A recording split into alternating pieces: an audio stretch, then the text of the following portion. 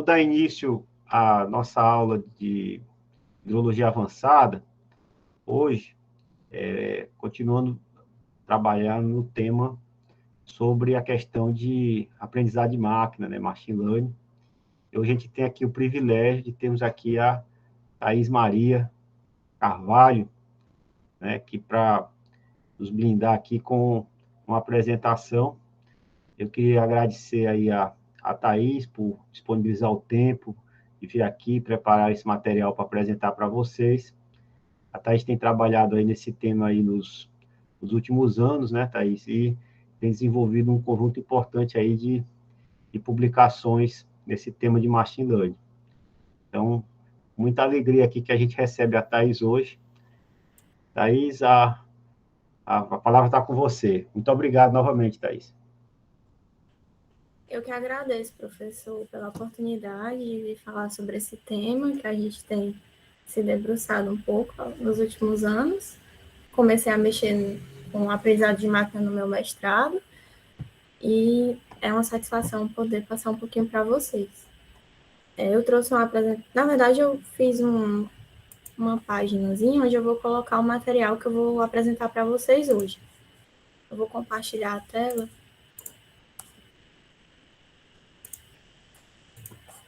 Vocês estão conseguindo ver? Sim. Vou enviar o link aqui no chat também. Tá, então aqui nessa página eu coloquei alguns materiais que eu acho que podem ser úteis para vocês e coloquei também a apresentação que eu vou fazer para vocês hoje. E eu até comecei aqui colocando alguns materiais de apoio, porque esse tema, por estar sendo muito estudado nos últimos anos, mais intensamente nos últimos anos, tem muito material disponível online, tem muitos livros, publicações e pode ser bastante útil. Eu trouxe para vocês hoje apenas uma introdução ao tema, e é por isso que eu quis deixar esses materiais de apoio. Esses dois livros aqui estão disponíveis online, eu até coloquei os links. Esse aqui é bastante famoso.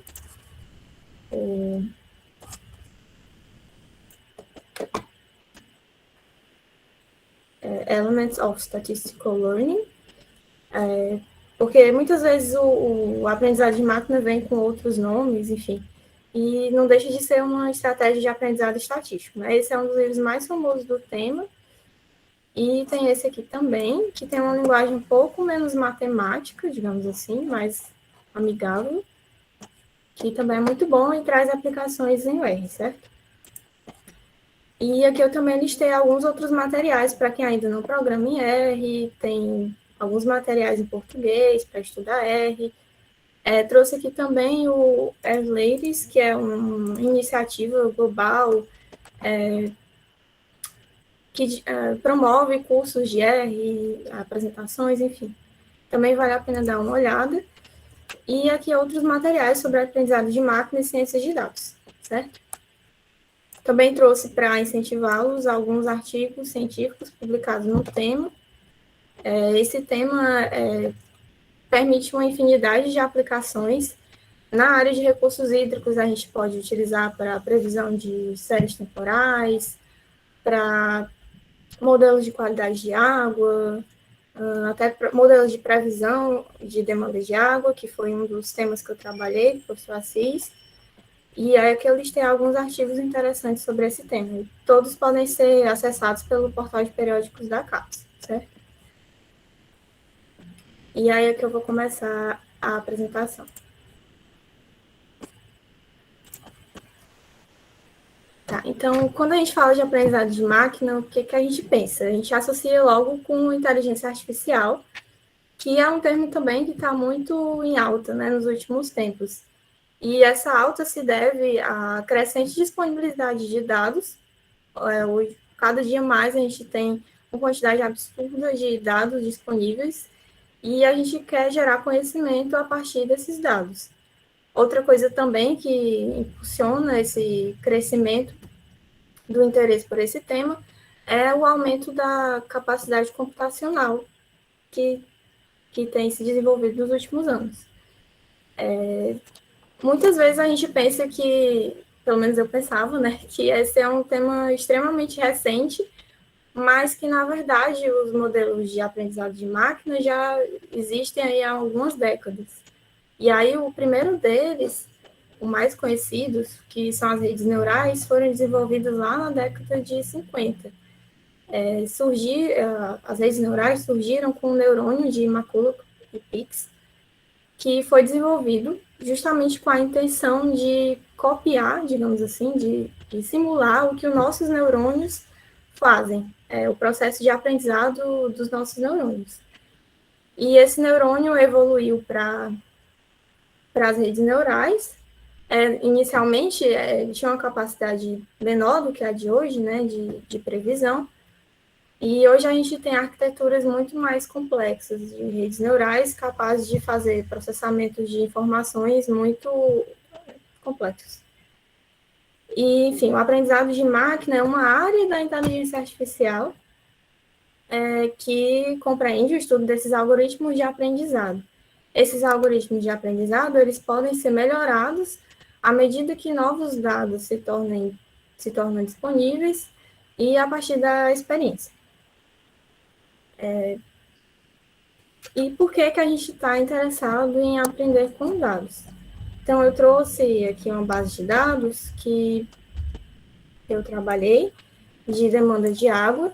Na verdade, a gente recebeu de cara, inicialmente, esse nosso problema, a gente recebeu uma base de dados com os dados de consumo de água mensal de todas as residências da cidade de Fortaleza. Essa base era de 2009 a 2017 e era uma base muito extensa, com muita informação. Vocês pensam em dados mensais, né, desse período de tempo, a esse nível residencial era muita informação. Então, o que a gente pode fazer com esses dados, né? O nosso intuito inicial foi aprender algum padrão, entender como é que se dá esse consumo de água na cidade de Fortaleza. E aí a gente calculou a demanda média residencial de água por residência e depois agrupou em unidades territoriais maiores, né, que a gente chamou de blocos censitários. E aí a gente buscou agregar mais informações a isso. Como assim? A gente só tem demanda de água, mas a gente também pode agregar dados socioeconômicos para a gente entender como é o perfil desse consumidor e como esses dados socioeconômicos se relacionam com o consumo hídrico. E aí eu busquei outras bases de dados. Isso é uma parte importante desse processo do aprendizado de máquina. A coleta de dados, que muitas vezes esses dados não vêm prontos, né, para a gente, não estão disponíveis do jeito que a gente precisa, do jeito que a gente quer, e é importante essa busca por bases de dados. E daí a gente pegou dados do censo de 2010, que, enfim, coleta informações a um nível mais refinado, espacial. Mas esses dados também não são, por proteção à privacidade das pessoas, esses dados não são disponibilizados a esse nível de setor censitário, né? Então, a gente encontrou uma base que disponibilizava esses dados a nível de bloco censitário, que é um pouquinho maior. E, enfim, isso tudo que eu estou falando é para vocês terem uma noção de como é importante esse processo de coleta de informações e de montagem da base de dados, né? Então, essa base bonitinha aqui teve um trabalho enorme por trás. Então, o que tem aqui? Tem os níveis espaciais, que está aqui como o DH, são os blocos censitários, a demanda hídrica por habitante dia de cada um deles e várias variáveis socioeconômicas. Porcentagem de coleta de lixo, nível de escolaridade, expectativa de vida, IDH, enfim, tem uma série de informações. Tá, então a gente tem aqui esse monte de dado. O que a gente faz com eles, né? É aí que entra o aprendizado de máquina. Ok, a gente pode usar outras técnicas, mas essas técnicas de aprendizado de máquina têm um potencial muito interessante para a gente aprender com essas informações. E aí, análise inicial que a gente pode fazer é dispor essas variáveis em um gráfico, né? E a gente já consegue observar um pouco o comportamento dela, a relação delas com a demanda hídrica. Mas só olhando para isso aqui, a gente não consegue fazer uma previsão ou ter uma informação quantitativa, significativa, só olhando, né? Só com o gráfico. Então, se eu quiser fazer um modelo de previsão de demanda a partir das características socioeconômicas, aí eu já posso utilizar uma técnica de aprendizado de máquina. Ou então eu também posso querer entender como é essa relação entre as variáveis, né? Enfim, essa pode ser uma motivação interessante para a gente aprender com dados, né? E aí entra alguns termos que podem ser importantes nesse universo do machine learning, né? Que aí vocês vão se preparar bastante se vocês forem ler sobre o tema. Variável de saída de resposta ou dependente, é como a gente chama a variável que a gente está querendo prever, o que a gente está querendo aprender sobre. No caso aqui, a demanda de água. Então, a gente pode chamar ela de vários nomes, digamos assim. E aí, as variáveis socioeconômicas seriam as variáveis de entrada, ou variáveis explicativas, ou variáveis independentes. E a partir daqui eu vou trazer essas variáveis de entrada como um vetor, certo? Um vetor de variáveis, de P variáveis. E a variável de saída eu vou começar a chamar de Y.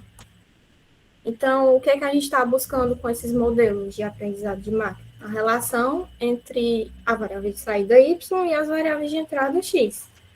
Então, existe alguma relação entre elas, a gente supõe, né, que existe uma relação entre elas, mas a gente não sabe como é o formato dessa relação, como é que se dá essa relação entre elas. E essa também é uma motivação para a gente aprender com esses dados. Então, existe uma função que mapeia essa relação entre as variáveis de entrada e a variável de saída.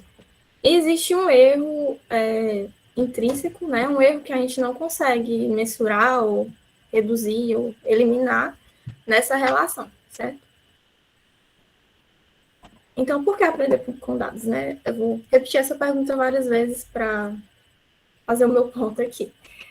Então, para fazer uma previsão. Então, em muitas situações, a gente tem um conjunto de variáveis explicativas, mas a gente não sabe a saída. E a gente quer descobrir aquela saída a partir daquelas entradas. Então, para isso, um modelo de previsão pode ser bastante útil. Então, trazendo para a hidrologia, se a gente tem um modelo, vou usar esse exemplo, né, de chuva-vazão, a gente quer saber vazão a partir da precipitação. Às vezes a gente não tem como mensurar a vazão, então a gente pode criar um modelo de previsão para mapear essa entrada e na saída. No caso dessa que eu trouxe, do exemplo que eu trouxe, eu tenho variáveis socioeconômicas e eu quero prever qual vai ser a demanda média da minha população. Então, eu consigo, a partir das minhas variáveis de entrada, prever qual vai ser a demanda, mesmo sem conseguir mensurar a demanda. E assim, sempre, a gente nunca vai conseguir mapear uma função perfeita, estimar a função perfeita que traz essa relação entre as variáveis. Sempre vai ter um erro associado a essa função que a gente está estimando, que é o F chapéu. E então, sempre vai ter um erro associado a essa função que a gente está estimando. Desenvolvendo a equação do erro entre o que é previsto e o que é observado, o que é real, a gente vai ter dois termos importantes, que é o viés e a variância, certo? Então, em aprendizado de máquina, é muito importante, esses conceitos são muito importantes, certo?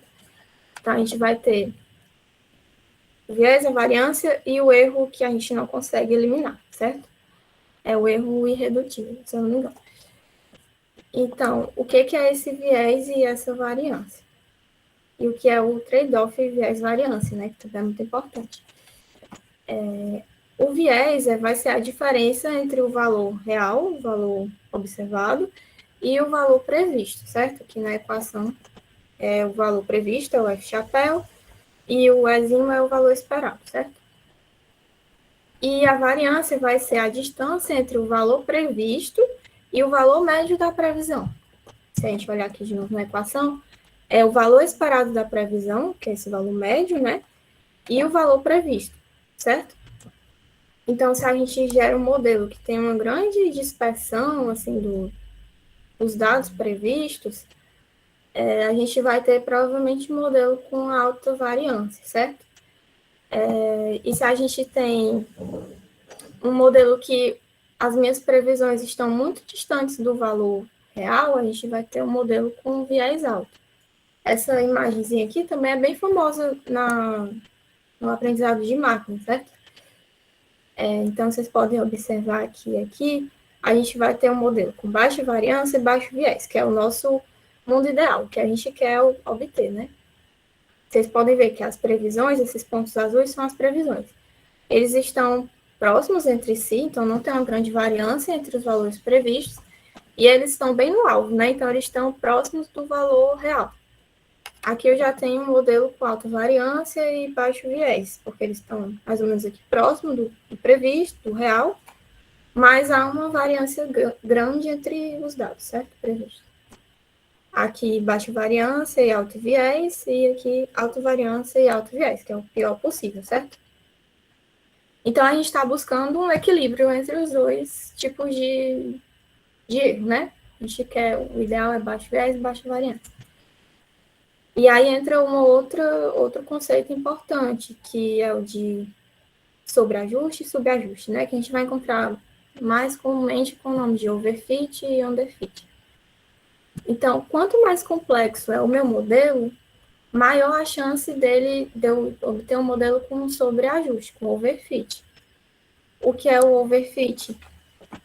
É quando o meu modelo ele se ajusta bem demais aos meus dados de treino. E aí que eu estou falando de outro termo, né? Essa questão de dados de treino e teste, mas vai ficar mais claro mais à frente. Pessoal, vocês podem me interromper a qualquer momento, se tiver dúvidas, tá? Eu não falei isso no começo. Sim, então o que é um overfit? Quando a gente está construindo um modelo com uma complexidade alta demais, ou seja, ele, digamos, ele prevê bem demais o que eu quero. Então, se eu pegar e apresentar novos dados para aquele modelo, ele não vai prever bem, certo? E um modelo com subajuste, underfit, ele não consegue fazer novas previsões também, porque ele não aprendeu. Não aprendeu com os dados que eu apresentei para ele, certo? E aqui mais uma imagem sobre essa questão do trade-off viés-variância, para deixar mais claro, quanto mais complexo é o modelo, maior é a variância dos meus dados e menor é o viés. Então, maior vai ser aquela dispersão entre os dados previstos, né, e a média da previsão, porque ele é um modelo mais complexo, e menor o viés. Então, não é bom também, porque é um modelo com erro alto.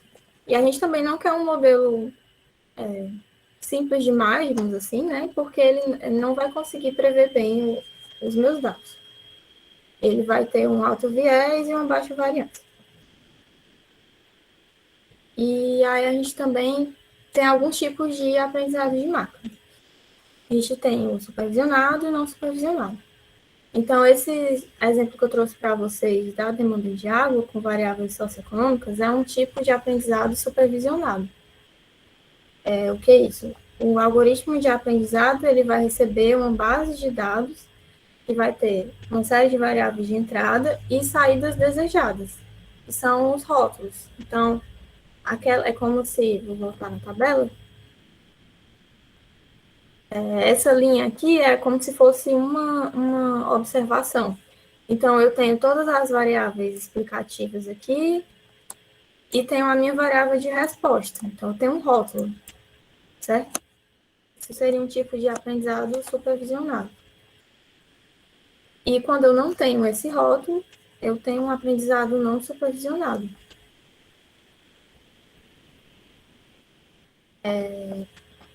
Como é que é isso? O supervisionado pode ser um modelo de regressão ou de classificação. Nesse caso, também foi um modelo de regressão, em que a minha variável de resposta é uma variável quantitativa. Se a minha variável de resposta fosse uma classe, eu teria um modelo de classificação, certo? Poderia ser duas classes apenas, poderia ser um modelo binário, poderia ser um modelo com várias classes. E um aprendizado não supervisionado, a gente não apresenta nenhum rótulo para o algoritmo. E aí ele vai buscar estruturas nesses dados de entrada, vai buscar padrões nesses dados de entrada. Então, geralmente, esses tipos de aprendizado não supervisionado está associado a modelos de agrupamento, certo? Então, como estimar essa função f, que a gente está buscando através do nosso processo de aprendizado de máquina? Então, a etapa importante, como eu mencionei no início, é o pré-processamento dos dados. A gente nunca tem a base de dados bonitinha, perfeita, sem erros, e então essa parte é a parte que a gente acaba gastando mais tempo. Então, para quem trabalhou já com dados de vazão, dados hidrometeorológicos, né, sabe bem que esses dados sempre têm falhas de preenchimento, erros, períodos de tempo em que não houve coleta de dado. Isso é muito normal, então a gente precisa se preocupar com isso antes de partir para o nosso modelo de aprendizado. Então, às vezes a gente tem séries diárias, a gente quer transformar numa série mensal, e aí a gente tem falhas naquela série, a gente precisa preencher, a gente tem que escolher um método para fazer isso. Pode ser preencher com média ou mediana, a gente pode pegar, se for pluviométrico, né? Pegar dados de postos próximos, fazer um preenchimento. Então, existe uma série de estratégias para fazer esse preenchimento. E aí, às vezes, a gente também tem dados incompletos, às vezes a gente tem erro mesmo lá na base, e a gente precisa estar muito atento a isso. Então, quando a gente começa a fazer o nosso modelo, a gente tem que ter muito cuidado, e esse é o passo fundamental. É pegar os nossos dados e olhar para eles, olhar bem. Plotar, ver a distribuição dos dados, ver a correlação entre as variáveis também é muito importante. O que mais que a gente pode ter? A gente pode ter, de repente, uma variável que era para ser numérica, e lá nos nossos dados ela está com algum erro e tem coisa categórica lá, então a gente tem que corrigir. Também essa questão da coleta de dados, né? Às vezes a gente precisa caçar mesmo a nossa informação. Isso foi até para mim foi um passo demorado na época da dissertação, professor, vocês lembram? Que eu fiquei insistindo em encontrar mais informações, né, socioeconômicas, para melhorar o meu modelo e para gerar uma informação mais interessante. Então, eu tive que caçar a base de dados, certo? Vou até voltar aqui na página para mostrar para vocês, porque eu coloquei lá algumas bases de dados que podem ser úteis para vocês, dependendo da área de estudo de vocês. Aqui, onde obter dados. Eu coloquei esse link, que é de uma tabela, na verdade, que eu fiz, que tem várias fontes de dados hidrometeorológicos, tanto para o Brasil como da bases globais. Vocês podem dar uma olhada e podem contribuir também, se tiverem alguma base que não esteja lá, certo? Então, tem dados diários, dados mensais, tem aqui o formato, o período, enfim, se vocês precisarem, pode ajudar. Coloquei também um pacote que foi desenvolvido pelo Bruno Mioto, que é um pacote do R que extrai dados dos reservatórios brasileiros da plataforma da ANA e da ONS, certo? Então, também é bem útil para quem programa com R ou não, sim, né? Para obter esses dados de reservatórios, e esse aqui que é para mananciais da região metropolitana de São Paulo, enfim.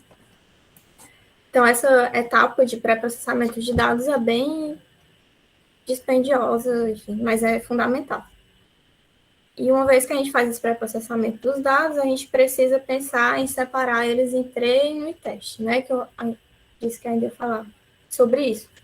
Então, quando a gente tem esse modelo de aprendizado de máquina, a gente está falando de modelos que aprendem com os dados que a gente tem disponível, né? Então, a gente não pode pegar toda a nossa informação, apresentar para o modelo e construir o nosso modelo de previsão e confiar naquele modelo, né? A gente precisa de alguma forma de validação. E aí, para isso que a gente separa os dados em treino e teste. E aí, a gente tem algumas formas de fazer isso.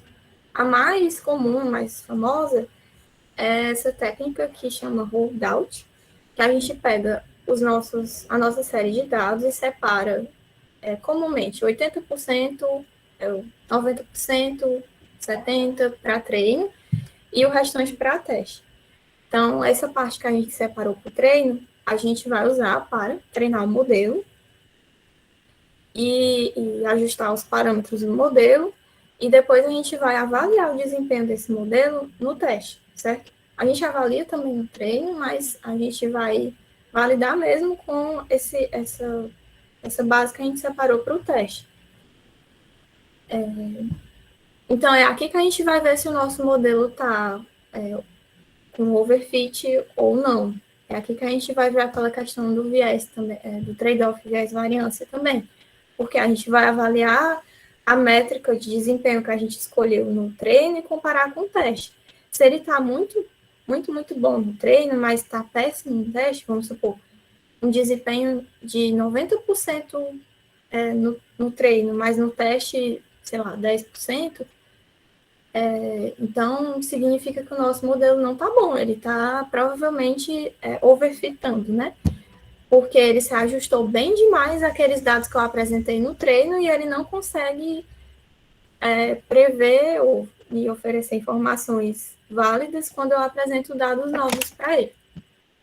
E aí uma outra estratégia de separação, de validação, né, de treino e teste, é a K-fold. Eu não sei se tem tradução para esse nome, mas vocês vão ver muito com esse nome, K-fold, validação cruzada, certo? Então, a gente pega a nossa base de dados e separa em K partes. K partes não, em N partes, certo? Então, vamos supor, em 5 partes. E aí a gente vai treinar o modelo, vai treinar vários modelos, certo? Então, vamos supor que é uma validação 5-fold, tá? Então, a gente vai construir 5 modelos. A gente vai treinar o modelo com 4 partes e validar em uma parte. Depois a gente vai pegar outras 4 partes, que não aquela que a gente validou, incluindo aquela que a gente validou no passo anterior, vai treinar o modelo de novo e validar em outra parte. E assim por diante, né? A gente vai construir 5 modelos para avaliar o desempenho dele. E aí, no final, a gente pega a média da nossa métrica de desempenho para cada um daqueles modelos que a gente validou o nosso modelo. E aí, quando a gente constrói um modelo, vamos supor que a gente tinha 100 observações. Se a gente resolve construir 100 modelos, ou seja, a gente dividiu o modelo em 100 partes, né? A gente chama isso de leave one out cross validation, né? Validação em que você deixa um de fora a cada passo. Essa estratégia pode ser útil quando a gente tem poucos dados, uma base pequena, né? E aí a gente quer validar o modelo. Enfim, se a gente fosse separar só em treino e teste, com esse método aqui, não seria suficiente para avaliar o desempenho do modelo. Então, essa pode ser uma boa estratégia. Essa eu até considero, a Fold eu até considero mais robusta. E aí eu falei também, né, nesse processo a gente precisa de métricas de validação. Então, quando a gente está falando de regressão, a gente tem algumas métricas que são mais comuns e úteis, né? Que é o erro quadrático médio, o erro absoluto médio, a raiz do erro quadrático médio e o R quadrado, que é o mais famoso, né? E a gente nunca deve se basear em apenas uma métrica. É sempre interessante incorporar mais de uma métrica de validação. Tá, então, falei de pré-processamento, de separação de treino e teste, validação. E tem outra etapa importante, que é a escolha das variáveis de entrada do nosso modelo. Quando eu apresentei aquela base lá para vocês, vocês viram que tinham, acho que, se eu não me engano, são 18 variáveis de entrada, né? Variáveis socioeconômicas. Será que é válido eu usar todas de uma vez para fazer o meu modelo? Como é que eu escolho essas variáveis de entrada? Então, essa escolha pode ser arbitrária, tipo, o modelista pode escolher as variáveis que ele ou ela julga mais interessantes, né, para o modelo, da experiência mesmo, ou podem ser utilizados métodos de escolha das variáveis de entrada. Por exemplo, a gente pode olhar para a correlação de Pearson entre as variáveis de entrada e as variáveis de resposta.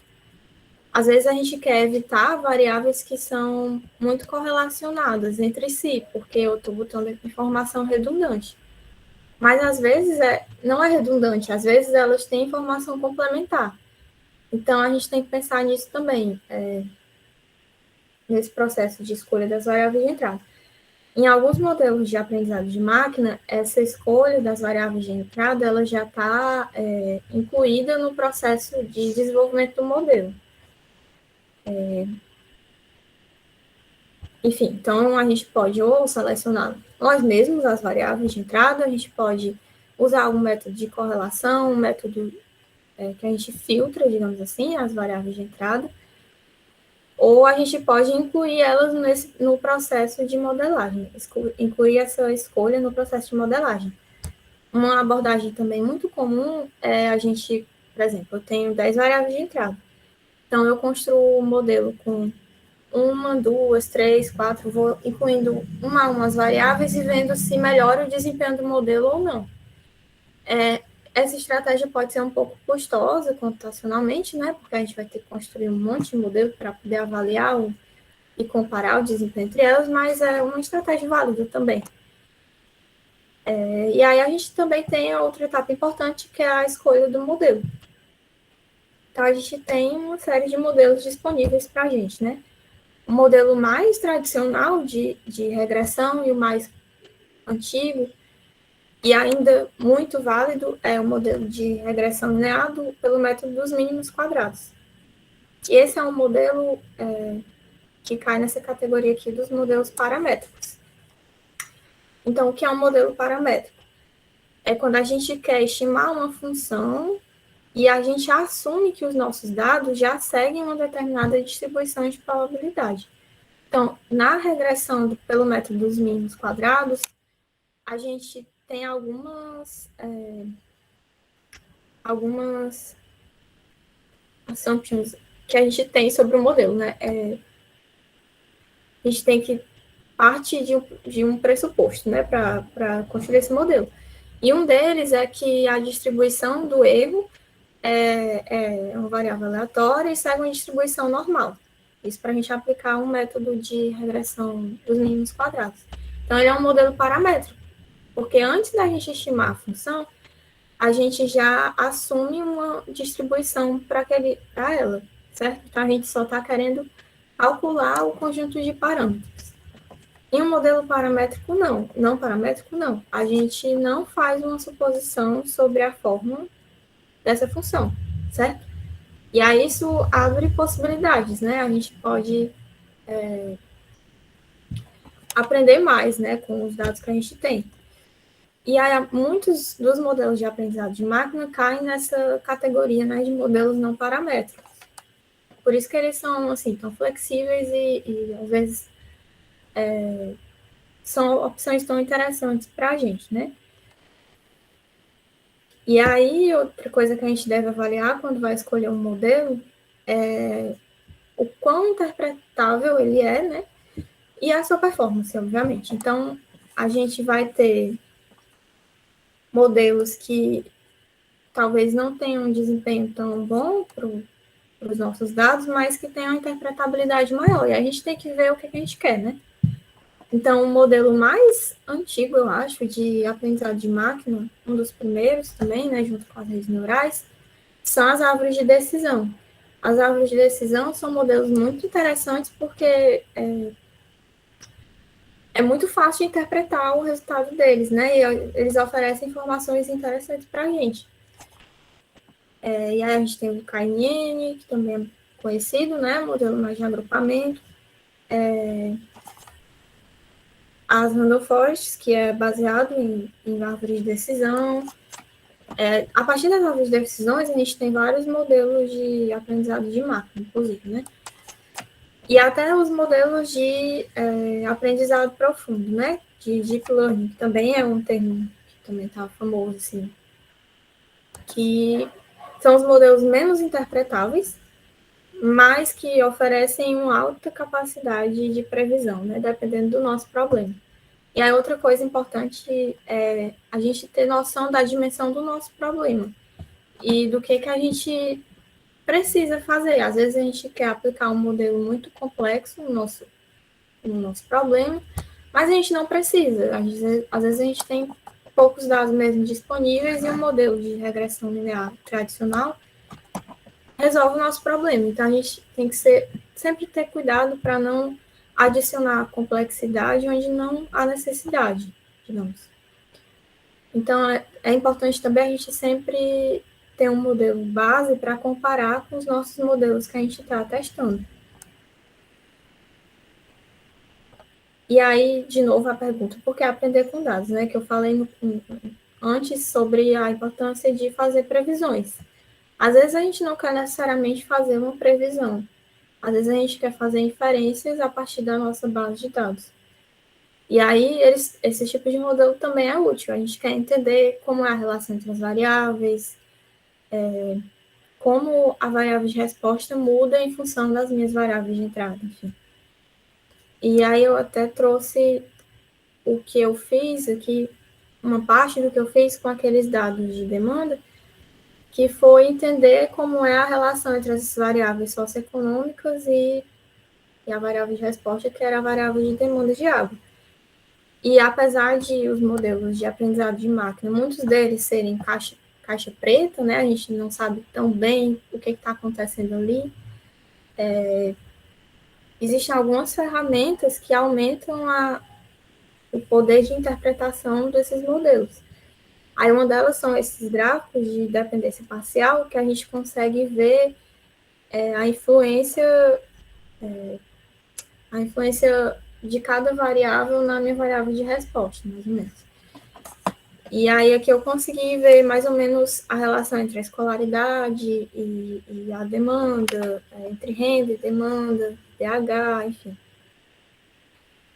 E também, como eu mencionei, a gente tem aqueles métodos lá de não supervisionados de agrupar, que são geralmente modelos de agrupamento, né? Então, além de tentar fazer a previsão da demanda, eu também fiz também uma possibilidade de a gente pegar as variáveis explicativas, assumir que a gente não tem uma resposta, né? Não sabe o rótulo delas e buscar padrões.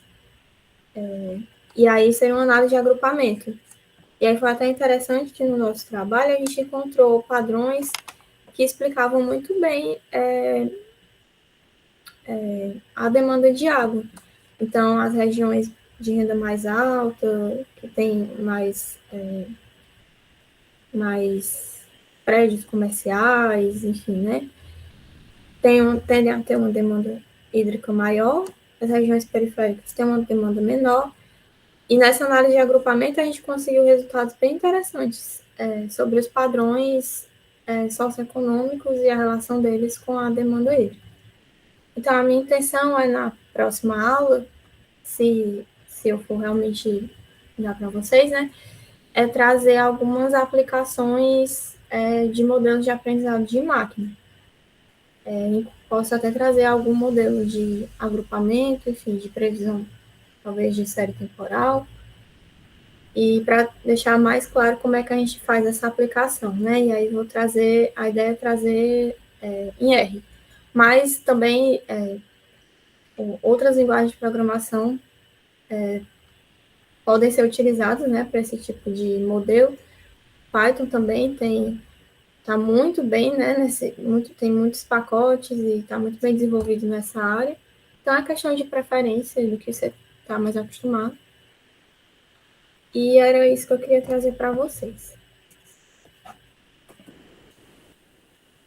Obrigado, Thaís. Vou parar aqui um pouco a gravação agora.